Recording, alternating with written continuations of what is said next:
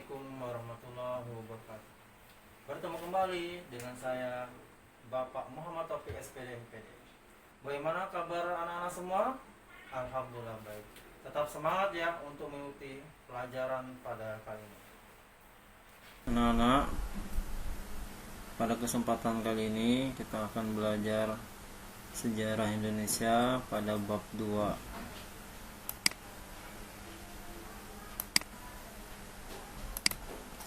Pada bab 2 dengan judul kehidupan masyarakat Indonesia pada masa praaksara. Ini ada 5 isinya. Yang pertama adalah masa praaksara, kemudian manusia purba. Kita pada kesempatan kali ini insya Allah kita akan membahas 2 saja. Yang pertama masa praaksara dan yang kedua adalah manusia purba. Kita buka dulu masa praaksara. Definisi dari masa praaksara. Dalam bahasa Inggris, masa praaksara disebut prehistory. Pre yang artinya sebelum, history artinya sejarah. Jadi prehistory berarti sebelum masa sejarah. Nah, masa praaksara juga disebut juga dengan masa nirleka. Nir tidak ada, leka tulisan. Jadi masa nirleka atau praaksara berarti pada masa saat itu manusia belum mengenal tulisan. Periodisasi. Periodisasi masa praaksara terbagi menjadi 2, berdasarkan geologi, kemudian berdasarkan arkeologi.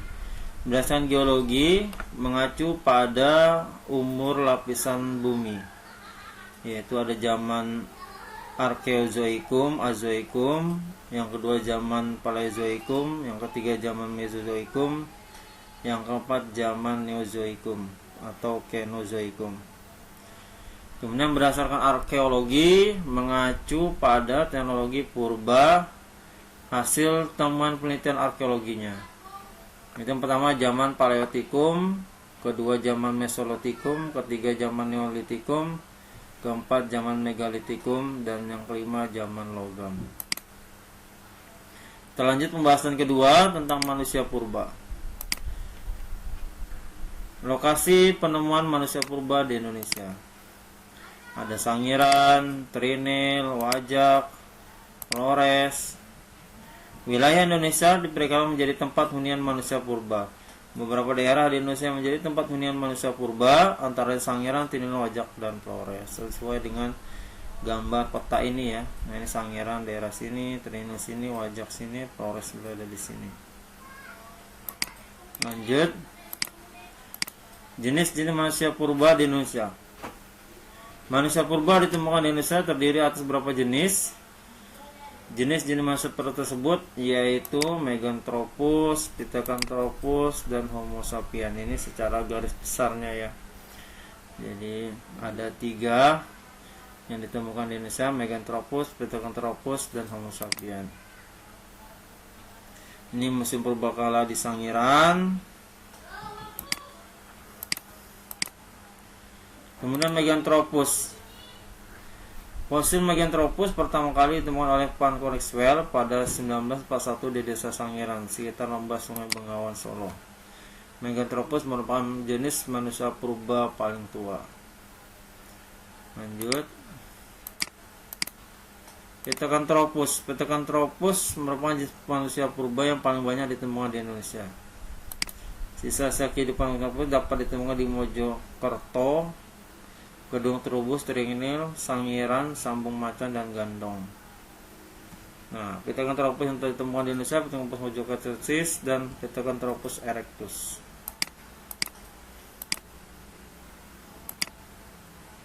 Ini Pithecanthropus mojokertensis ditemukan di Mojokerto. Kemudian ada beberapa ciri seperti tulang pipi kuat, berbadan tegap, tonjolan kening tebal, dan seterusnya. Kemudian Pithecanthropus erectus mempunyai ciri fisiknya hampir sama dengan Pithecanthropus satunya tadi, bahwa di sini juga ada badan tegap, dagu tidak ada, dan lain sebagainya. Homo sapien. Homo sapien artinya adalah manusia cerdas, karena tingkat Homo sapien disebabkan oleh volume otak yang jauh lebih besar daripada jenis manusia purba sebelumnya. Di daerah Wajak, Tulungagung, Jawa Timur. Homo soloensis adalah yang ditemukan di daerah Ngandong dekat Sungai Bengawan Solo, makanya dikenal dengan Homo soloensis. Kemudian Homo floresiensis ditemukan di daerah Flores di Gua Liang Bua. Nah, ini menurut jurnal ilmiah Nature, para ilmuwan menjelaskan Homo floresiensis adalah spesies baru manusia karena bertengkorak kecil dan berotak kecil, ya, tidak seperti biasa.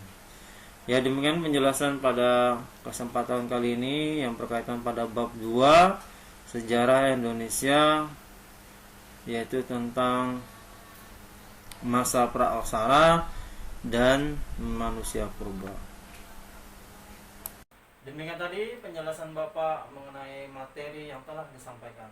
Semoga bermanfaat dan dapat dipahami. Tetap semangat, tetap belajar walaupun berada di rumah, dan jangan lupa membantu orang tua serta beribadah. Terima kasih. Assalamualaikum warahmatullahi wabarakatuh.